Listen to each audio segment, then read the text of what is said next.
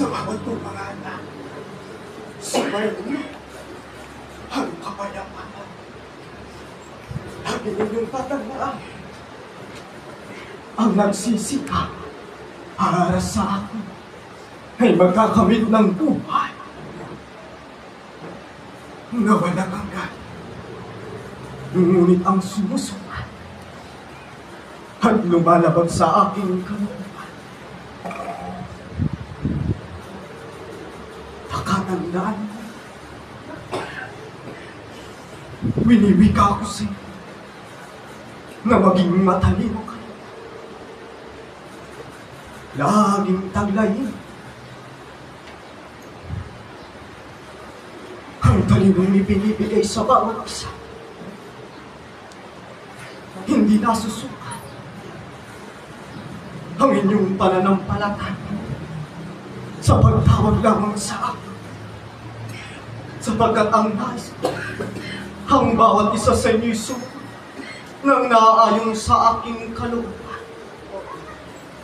Mapalad nga kayo kung sinisikap ninyo na sa tuwing kayo'y humaharap sa akin, panatag ang inyong kalooban, panatag ang inyong kaisipan,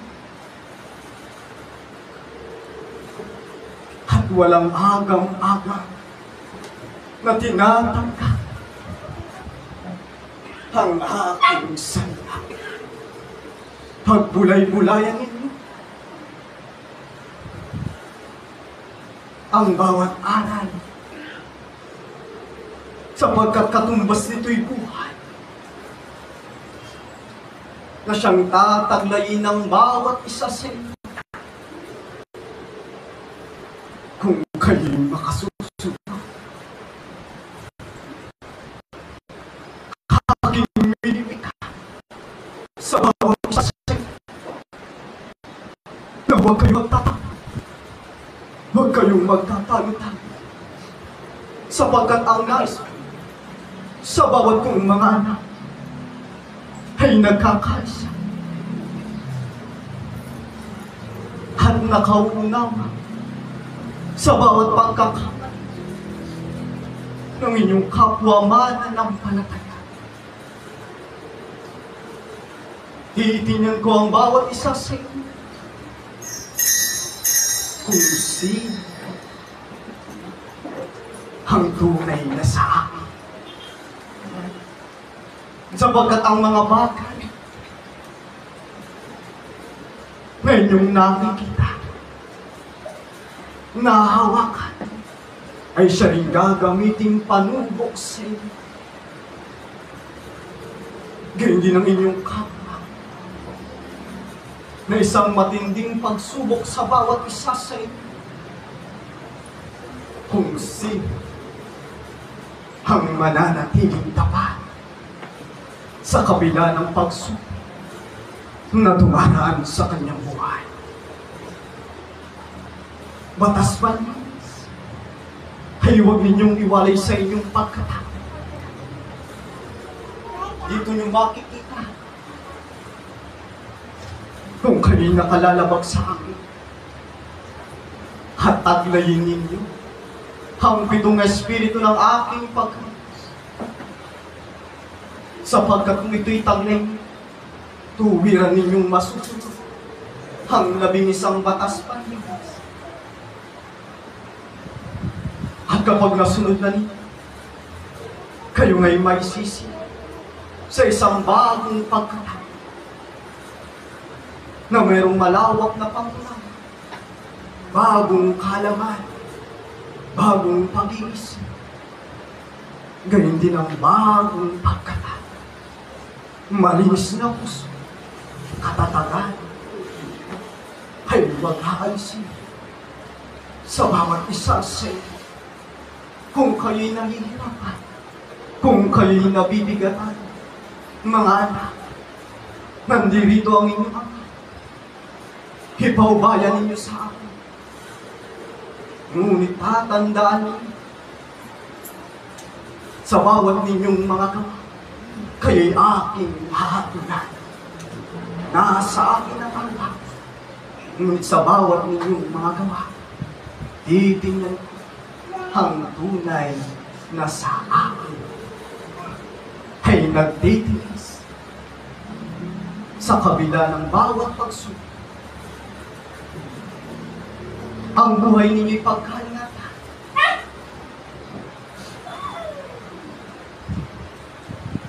Na aking winika sa inyo ng mga nagdaang panahon. Dumating ako, hindi para sa laman. Dumating ako'y para sa inyong espiritu, upang linisin, upang kayo'y baguhin, bilang kayo'y aking mga anak sa huling panahon. Espiritu Santo, taglay ang isang bagong pangalan, Scopus Calimus Lisa, habang nagpapatawad sa mabawang mga anak. Ngunit marami pa ang hindi nakauunawa, sapagkat ito ang aking kalooban. Ang tumanggap ay tumanggap, ang pasasapot ay magpasapot. Hindi ko kayo pipilitin, sapagkat ang nais bukal sa inyong puso ang pagtanggap ninyo sa akin. Ang pananampalataya'y mahalaga, ang inyong paniniwala at ang inyong pagsunod sa aking kalooban. Yan ang tunay ninyong pag-asa upang kayo'y magkamit ng buhay na walang hanggan. O kung ang dumating sa inyong panahon na siyang hahatol sa bawat isa sa inyo, kaya isipin at pagkulay-kulayan ninyo ang bawat inyong nagagawa, kung ito ba'y naaayon pa sa aking kalooban o naaayon lamang sa taglay ninyong talino na panlupa lamang. Sikapin ninyo na lagi kayong handa sa tuwing ako'y dumarating. Handa ang inyong pantingin, handa ang inyong kaisipan, handa ang inyong puso, upang mabatid ninyo ang aking kalooban. Mga anak, ang nais ko sa inyo, kayo'y magkaroon ng malawak na pangunawa na hindi nasusukat sa bawat ibinibigay ng bawat isa sa inyo. Sapat na kayo'y magkaroon ng pag-ibig, marunong magpatawad, at ihandog ang inyong mga sarili bilang handog na buhay, banal at kalugod-lugod sa aking paningin. Ito ang pinakamahalagang na sa akin inyong ibibigay, na sa bawat pagsunod may katumbas na siya ang pagpapala. Yan ang lagi ninyong tatandaan simula nang ako'y inyong masumpungan at ako'y tawagin sa aking taglay na bagong pangalan. Kayo may sa akin. Kaya pagsikapan ninyo na sa huling panahon ito ng aking pagmamahal sa bawat isa sa inyo ay may silang ninyo ang inyong sarili sa tubig at sa espiritu. At aking pangminibika ang mga luha na ipalagana ang aking bagong pangalan ay tunay ng may iwan. Ngunit ang nagsisika na patatagin ang kanyang puso at ang kanyang isipan upang mabatid ng bawat isa na kapiling na ninyo ang Diyos ay may gantimpalang buhat sa akin.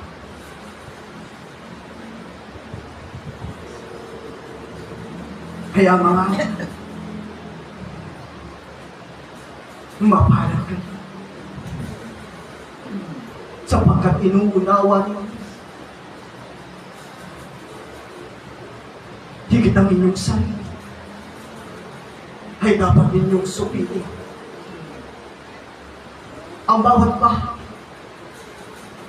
ay dapat ninyong supitin upang higit kayong makasunod sa aking kalooban.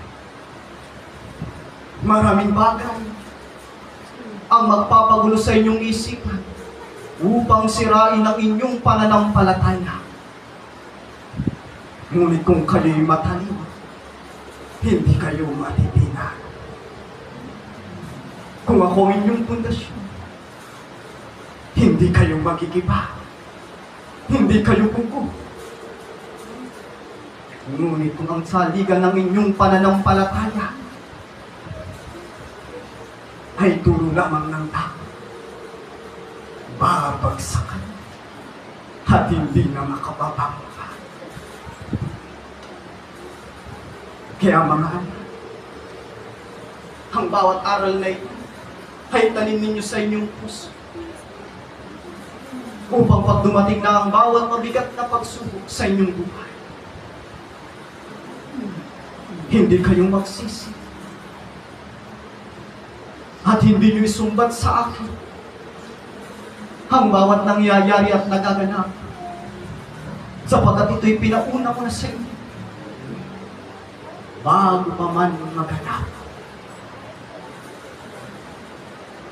Wala akong pagkukulang. Ibinibigay ko sa inyo ang nararapat upang kayo'y maging matatag, maging matibay sa huling panahon. Ngunit kayo ang sumusunod at lumalaban sa bawat aral na aking ibinibigay. Kaya't nasa inyong pagsisikap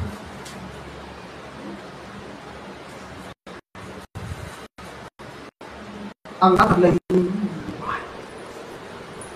Nasa inyong pagsisikap ang tataglay ninyong talino. Laging magpakababa, huwag magmataas. Laging magpakababa sa harapan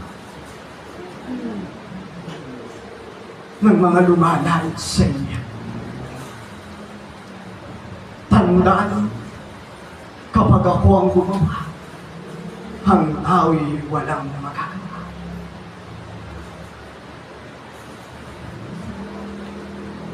Hanggang dito na lang ang mga